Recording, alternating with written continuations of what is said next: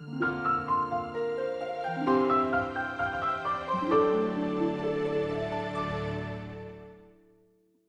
morning and Happy New Year to each one of you. As we begin to launch a brand new year, I want to take a few moments to bring a devotional thought to you. And before we move on too quickly, I think it is right to take a moment to look back at 2020 and to reflect just a moment. I'm sure that all of you would agree that 2020 was a very tough year, and we would probably all agree that coronavirus dominated the news and impacted our lives. And uh, caused so many things to change for us and unbelievable obstacles that we had to overcome. So I want to just say now at the outset that I'm so proud of each one of you and how you worked through the pandemic and continue to offer services to the people that we're called to serve. We have a new year to celebrate and to launch today, yet not much has changed from the way things were just a couple weeks ago. And sure, the clock has changed. It's a new year. The old year is out. Many of you have said on social media, good riddance 2020, goodbye. We're starting a new year.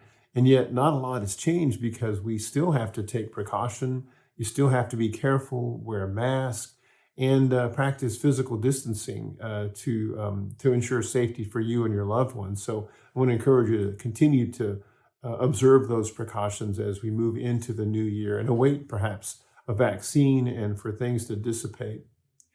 If you're like me, throughout the holidays, I received telephone calls, messages, text messages telling me about people that had gotten COVID, gotten sick, and perhaps others that were being rushed to the hospital, others that were struggling, and then some who didn't survive. And so I want to just encourage you now to, at this time, to hold on to hope and don't give up. Some of you may be feeling like you just can't take another year, another day of this, and you might feel like you're losing hope. But I want to encourage you to hang in there.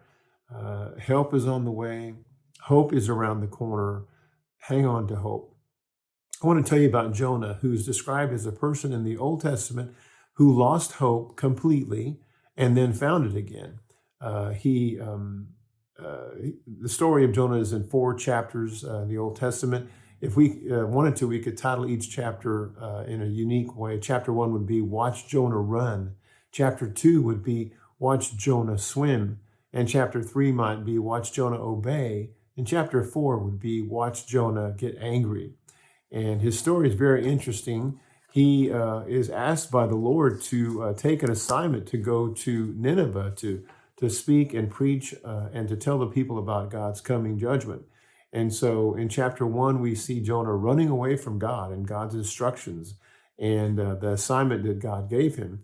He's called to go east towards Nineveh, which is modern day Mosul, Iraq.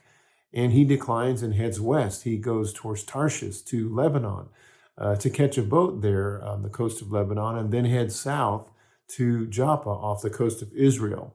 And eventually, when he's in the boat and in the ocean, a storm arose and Jonah was thrown overboard to save the crew.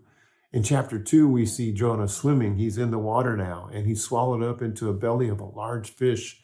Now, before you dismiss the story as being something too hard to believe, let me just remind you that there are great white sharks and whale sharks and large groupers that have been known to be large enough to swallow a human whole. And so since Jonah was preserved and wasn't injured, I'm going to assume that it was a whale shark that swallowed him. So he's in the belly of the whale shark. And at that point, Jonah lost all hope of living, all hope of seeing another day to survive.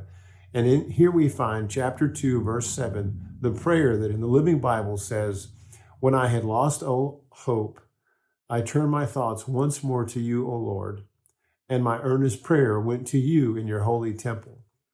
Now, I don't know if you're an eternal optimist like me, or if you're a pessimist, or somewhere in between when you think about 2021.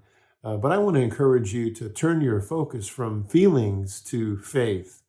And if you sense you're losing hope, do what Jonah did and turn your thoughts once more to the Lord and pray to him. Ask him for help.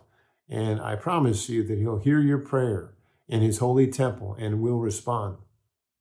Now, God caused the large fish to dislodge Jonah and to spew him onto the beach.